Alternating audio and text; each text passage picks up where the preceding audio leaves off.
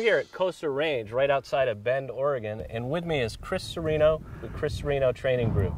And we're going to talk a little bit about three-gun shooting today, some of the gear you need to get started. Tell me a little bit about what we need to have some fun here. Well, the gear for the Crimson Trace Midnight Invitational is not tremendously different from what we'd normally use in three-gun. Okay.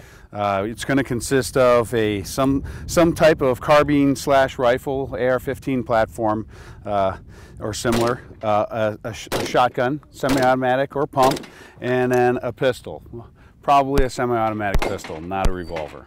And what else? I mean, three-gun matches, any match, whether it's day or night, you need to have some other accessories to make it possible to shoot the match. Well, one of the really neat things about three-gun is it's pretty prolific. It's all over the country. Okay. Some of the local matches are probably the easier ones to start off at and the best way to break yourself in. Local matches would use weapon systems or guns very similar to what we've got here. This AR with an aim point micro, some kind of red dot, doesn't have to be this high end. Red dot or iron sights, because at local matches you're not going to shoot tremendous distances. A lot of them are limited to 50 and maybe even 100 yards. Sure. Shotgun, semi-automatic shotgun. I've got my Benelli M1 here modified to hold 10 rounds plus one in the tactical optics division, which is what I shoot, which is, you know, one optic on the gun, 10 rounds in the shotgun. That suits me fine. I've got ghost ring sights on it, but a bead sight would be much better. I know this looks cool, but a bead sight's a lot better. Okay. It's a lot faster, a little easier to shoot. Yes. And then, of course, semi-automatic pistol, and this one's dialed up just a little bit because I've got my Crimson Trace goodies on it for the midnight match. But a standard M&P, I like a striker-fired gun, the FNS, the Springfield XD, the Smith & Wesson M&P line. They're all great pistols for that because they're high capacity and they're easy to shoot. Sure. Good. And still, we're not done yet. You still have to have some other gear on your belt, don't you? Well, we've got our belt here, and this belt is about probably the bare minimum of what we'd actually need. I've got a spare magazine holder for my AR platform. Okay. I've got at least one spare magazine holder for my pistol, and then a couple of shotgun shell caddies and my pistol holder. Now, the shotgun shell caddies that I have here are something new that's kind of sweeping the market right now.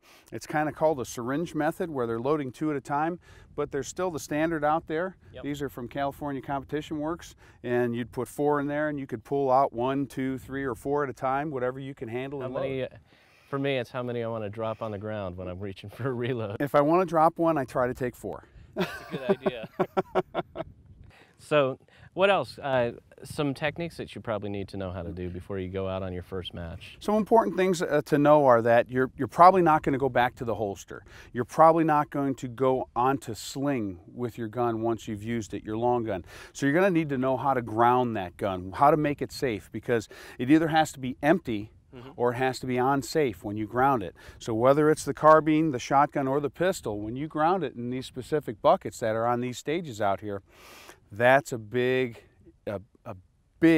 skill set to have, because you could get disqualified really quick, and then your time and your money are wasted at that match. In my book, and if you look at anything that has Chris Cerino's name on it, it'll say something, it's all about the fundamentals. Okay. It's really important to have 3 skill sets. Weapon manipulation skills, gear manipulation skills, and understand the fundamentals of marksmanship as they apply to each one of these weapon systems. With those 3 things, competition shooting and three-gun are possible for you. Excellent. Well, there you have it. You got some gear that you need to get and some fundamentals to learn. And once you know those, you can head out to the range and do some shooting. If you're looking for a place to shoot, visit our website. It's called wheretoshoot.org. And when you're on the range, remember, firearm safety, it depends on you.